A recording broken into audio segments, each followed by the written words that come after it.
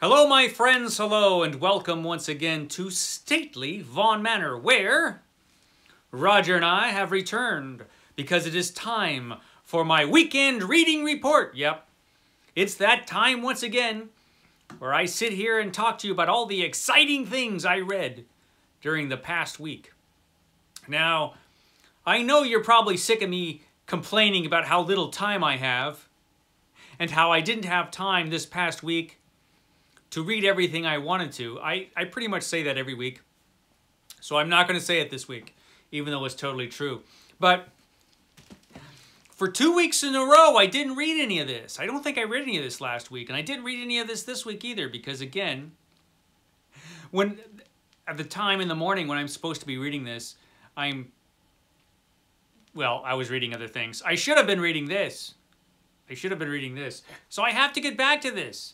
Man, this is the Edgar Rice Burroughs biography, which is really great, by Erwin Porgs. So hopefully I'll be able to, maybe this weekend, I said this last weekend, maybe this weekend I'll catch up. But my week was thrown off a bit as far as reading is concerned. I only completed one book for the 500 book challenge, the challenge where I'm reading 500 books I already own before I buy any new ones, not including comics. Comics don't count. Anyway, I only read one this week, and one of the reasons is because I was reading this. I finished, I was at about the halfway point with this because I'd been kind of reading this here and there for a while, and I just read the rest of this. This is the Fantastic Four Omnibus Volume 1. Of course, I had read all these stories before, but I wanted to revisit them. Just awesome. The Fantastic Four, Stan Lee, Jack Kirby. This is fantastic. It's just amazing stuff. Got the Submariner there. Great stuff. So I read a lot of Fantastic Four, and of course this is the omnibus, so it has the letters pages, which was awesome. Here's the Molecule Man, who's never been one of my favorite villains, but he gave the Fantastic Four a tough time. So, you know, the world's greatest comic magazine. The beginning of the world's greatest comic magazine. So, this was fun. But because I spent so much time reading this, I didn't spend as much time reading some other things. However, I did finish one book for the 500 book challenge. I can't remember what number it is, though. It's 20-something. I'll put the number here. This number right here is how many books I've completed for the 500 book challenge. Now that I have read this book for the Edgar Rice Burroughs Deep Dive, I decided to break out the Frank Frazetta edition of this, the Frank Frazetta cover for the Beasts of Tarzan, the third Tarzan novel in the Tarzan series by Edgar Rice Burroughs. This is published by Ace Books. It's once cost you 40 cents to buy this fantastic book, The Beasts of Tarzan, and a great cover by Frazetta. He pretty much threw this together in a weekend, if I'm remembering the story correctly. But it's a really cool cover and a really great book. So I thought I'd pull this one out. So this was tremendous fun. So Edgar Rice Burroughs, who had not expected the success of Tarzan, never really planned to bring Tarzan back after the second book, but he pretty much had to, and he had to keep bringing Tarzan back. So he brought him back in this. This is The Beasts of Tarzan, in which Tarzan's arch enemy from the last book, Return of Tarzan, Rokoff, the sinister Rokoff, has escaped prison, and along with Rokoff's evil pal Pulvich, have decided to take revenge on Tarzan, Lord Greystoke. So what they do is they kidnap Lord Greystoke's young child, well, young baby, basically. He's a baby, little Jack.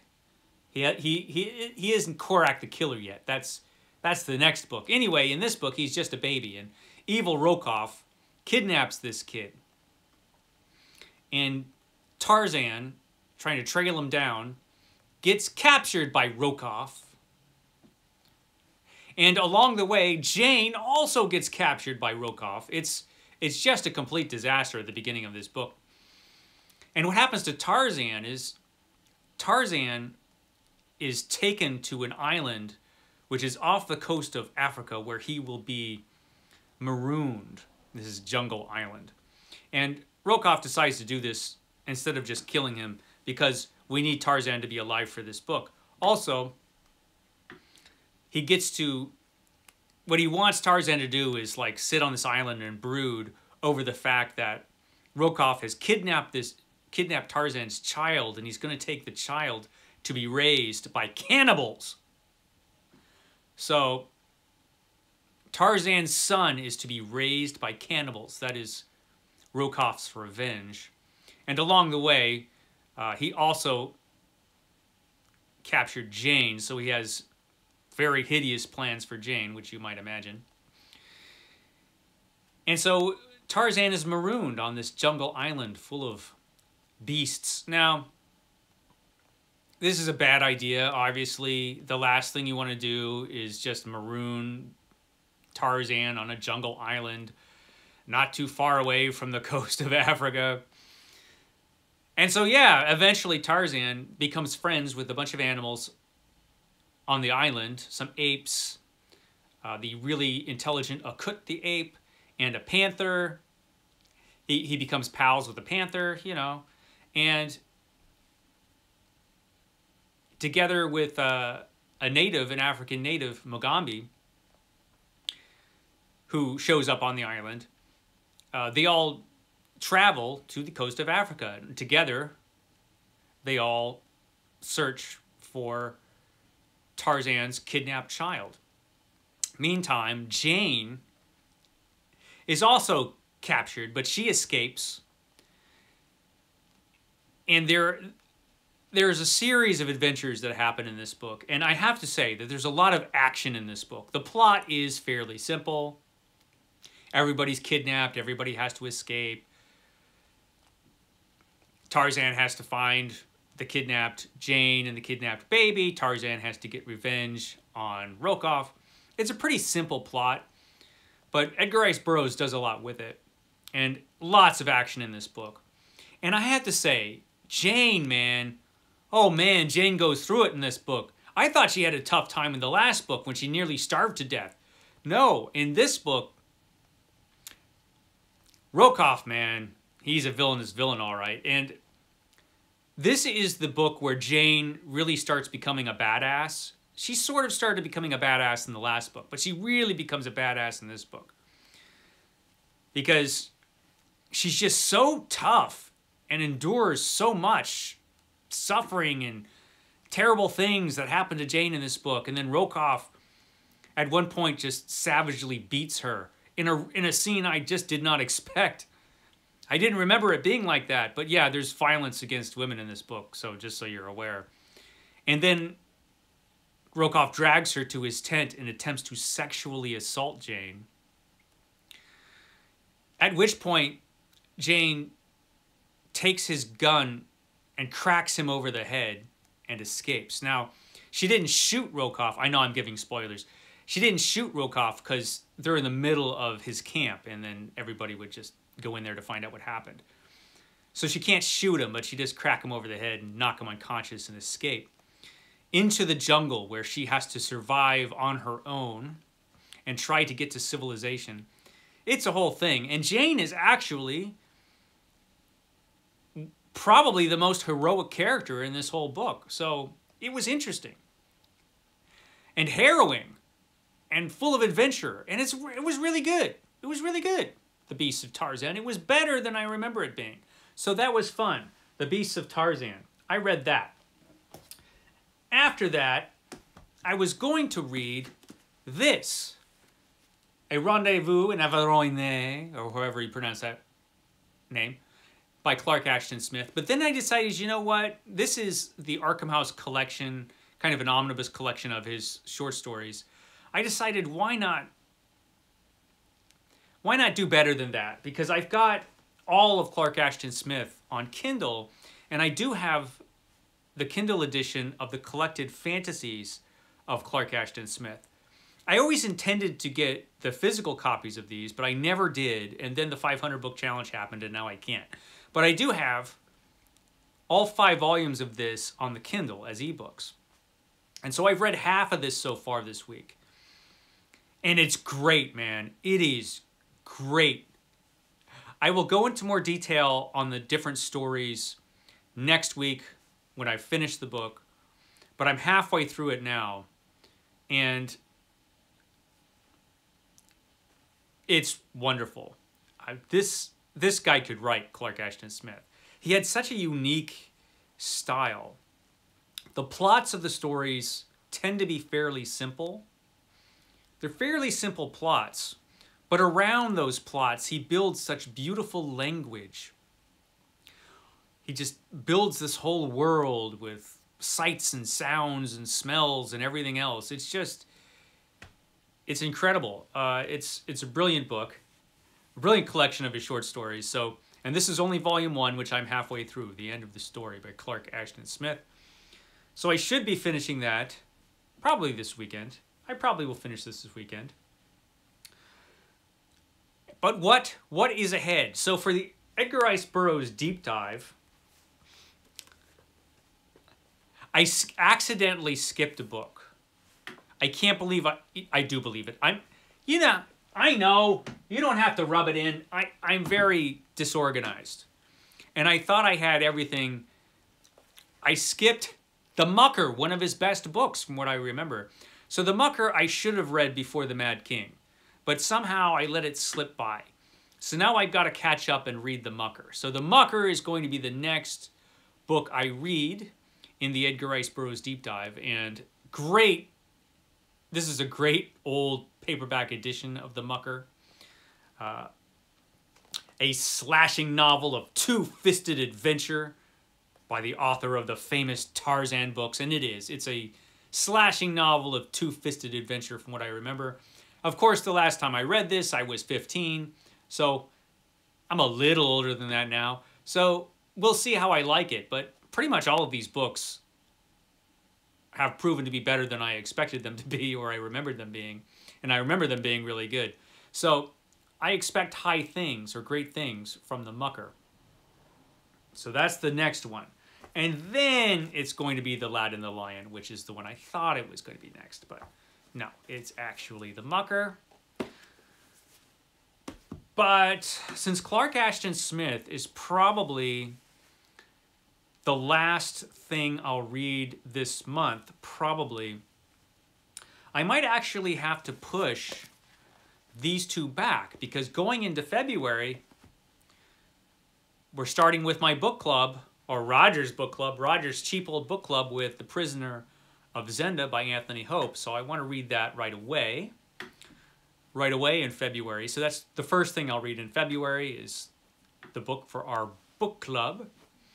Now, how we're going to be talking about the books in my book club, stay tuned. I've got a special episode coming about the book club and how we can talk about the books in the book club.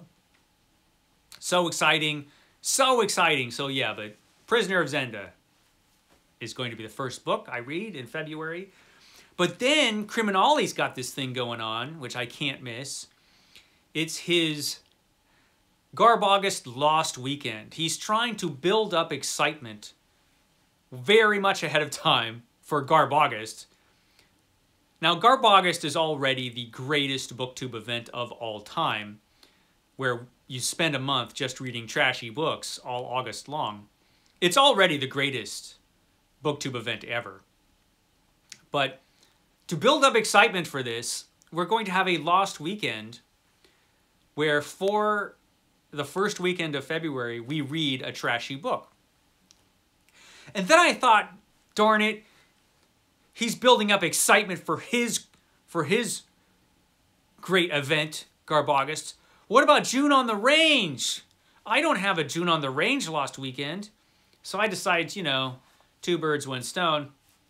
And I thought I'd read a trashy Western for the Lost Weekend. So this is Edge #1. I believe I have every single Edge book, which I bought all because of CriminOlly. CriminOlly made me buy them.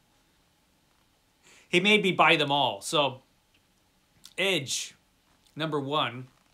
I haven't read any of them. I've just bought them. So, Edge number 1, The Loner by George G. Gilman. This was a popular and trashy series of Western novels from the 70s, I think. It must have been the 70s. I don't think it was the 60s when this started. Yeah, it was 1971. 1971, so this has been around as long as I have. Edge, The Loner. This is for the Lost Weekend. So I'm definitely going to be reading this on the weekend. Whether I'll have time in the middle of the week to read the Mucker, I don't know. I don't know. We'll see. Because even though it's going to make the 500 book challenge take even longer, I am going to be reading more comics because I just love reading comics. And so the next comics I have to read, the next thing I was going to read for comics was Tales from the Crypt, from the EC Archives Volume 1. But I do have to read this because I haven't read this forever, and Steve Donahue and I are going to be talking about this on Wednesday. This is Batman: The Killing Joke by Alan Moore, Brian Boland, and John Higgins. I think this is the first edition of this. I think this is the one I bought when it came out, but I could be wrong. But yeah, Batman: The Killing Joke by Alan Moore. I haven't read this since I read it for the first time, and there were things about it I really, really, really, really didn't like. So, and yet I do remember finding it impressive. So we'll see what I think about this graphic novel when I read it again, and I'm definitely going to be reading that within the next couple days. But that's just a little itty comic book. And so then, well, I was just going to go straight to Tales from the Crypt, but then a couple things came into the manner. You know, comic books don't count for the 500 book challenge. I've mentioned that once or twice.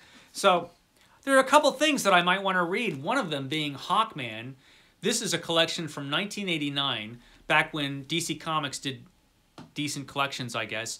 This is Hawkman by Gardner Fox and Joe Kubert. I got this because DC Comics reprint program sucks ass, and they haven't come out with a Silver Age Hawkman omnibus yet. They absolutely should have a Silver Age Hawkman. Hawkman was just in one of their DC movies, but since DC literally can't do anything right, they decided, you know, to barely mention that fact, and no Hawkman anything. So, but these stories were great by Gardner Fox and Joe Kubert. So Hawkman, I might read that. Or I also got this. This is Warlord. This is the Showcase Presents edition of Warlord, the Showcase reprints of this comic book. As far as I know, this is the last time that anything from this series was reprinted. There's no Warlord omnibus. Why? Because DC's reprint program sucks ass. So because of that, this is the last reprint we've had of this, and this is all in black and white. I mean, that's fine for me. I could barely see colors anyway. In fact, anyway, that's fine for me. I can deal with that, but they should have a better edition of this, I'm thinking. Now, I never read much of Warlord, because even when I was a younger comic book fan, these came out in 78 and 79, the stories that are in this. Even when I was younger, Warlord was kind of hard to find, at least in my local comic book shop, which is the only place I could buy comics when I was younger. Warlord was hard to find, and so this will be the first time I'm reading a lot of this. I found a few issues here and there, and I read it. It's kind of an Edgar Rice Burroughs-y kind of thing. This is fantasy adventure, kind of sword and sorcery stuff, if I'm remembering right. That I think this took place in the center of the earth, was Warlord's world, so kind of like Pellucidar. But it's been a long time since I've read this, so I could have all of those details wrong. But I really like the artwork in it. Yeah, this has the first issue in here, and it's it looks really cool. It looks really cool. So yeah, this has a lot. This is at least 500 pages, I think, even though they're not numbered, you know, because DC sucks. So, and it's all written and illustrated by Mike Grell, who did Green Arrow famously. So this looks like good stuff, so I'll probably read that. And I've yammered on for long enough, as I always do in these. I know, he's over here telling me to, you know, cut it short. Shut up, dude. You're talking too much, but like I ever listened to Roger. Anyway, I will catch you next time. It's true. He never shuts up. He just keeps talking and talking and talking.